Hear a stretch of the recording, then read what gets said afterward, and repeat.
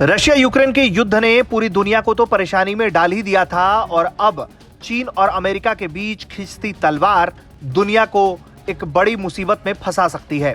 House of representative की speaker Nancy Pelosi Taiwan की यात्रा पर जा सकती हैं और इसी को लेकर चीन और अमेरिका के बीच तलवारें खिंची हुई हैं।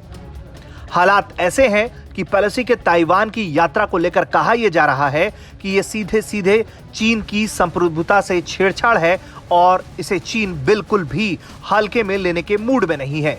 चीन की ओर से कहा जा रहा है कि अगर स्पीकर के साथ अमेरिकी सेना के फाइटर जेट्स ताइवान में घुसे तो उन्हें वहीं मारकर गिरा दिया जाएगा। चीन के सरकारी अखबार ग्लोबल टाइम्स के कमेंटेटर हु जिजिन ने ट्विटर पर लिखा है, अगर अमेरिकी सेना के लड़ाकू विमान ताइवान में पेलोसी के प्लेन को एस्कॉर्ट करते हैं तो ये आक्रमण होगा। पीएलए को चेतावनी के रूप में गोलीबारी करके या दूसरे तरीकों से पेलोसी के प्लेन और अमेरिकी लड़ाकू विमानों को बलपूर्वक रोकने का अधिकार है। अगर ये प्रभावी नहीं होता है तो उन्हें मार गिरा दे।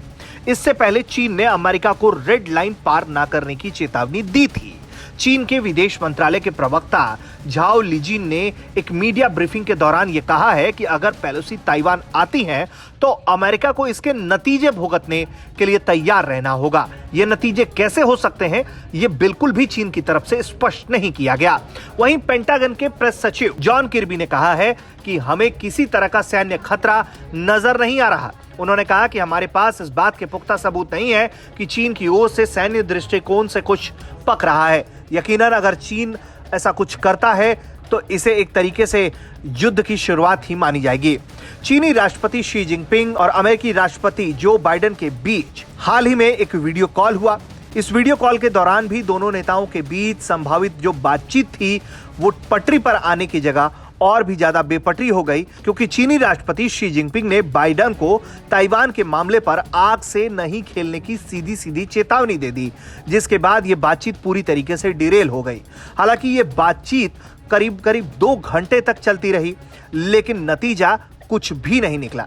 इस पूरी बातचीत को लेकर भी ग्लोबल टाइम्स की ओर से जानकारी दी गई थी कि अमेरिकी राष्ट्रपति बाइडेन के अनुरोध पर शी जिनपिंग ने फोन पर बातचीत की थी। मार्च में वीडियो कॉल करने के बाद यह दूसरी बातचीत थी। रिपोर्ट में कहा गया है कि फोन कॉल लगभग 2 घंटे से ज्यादा चली और दोनों पक्षों के बीच विचारों का आदान प्रदान हुआ और इसी बातचीत के दौरान ताइवान को लेकर चीनी राष्ट्रपति शी जिनपिंग ने एक बड़ी लकीर खींच दी।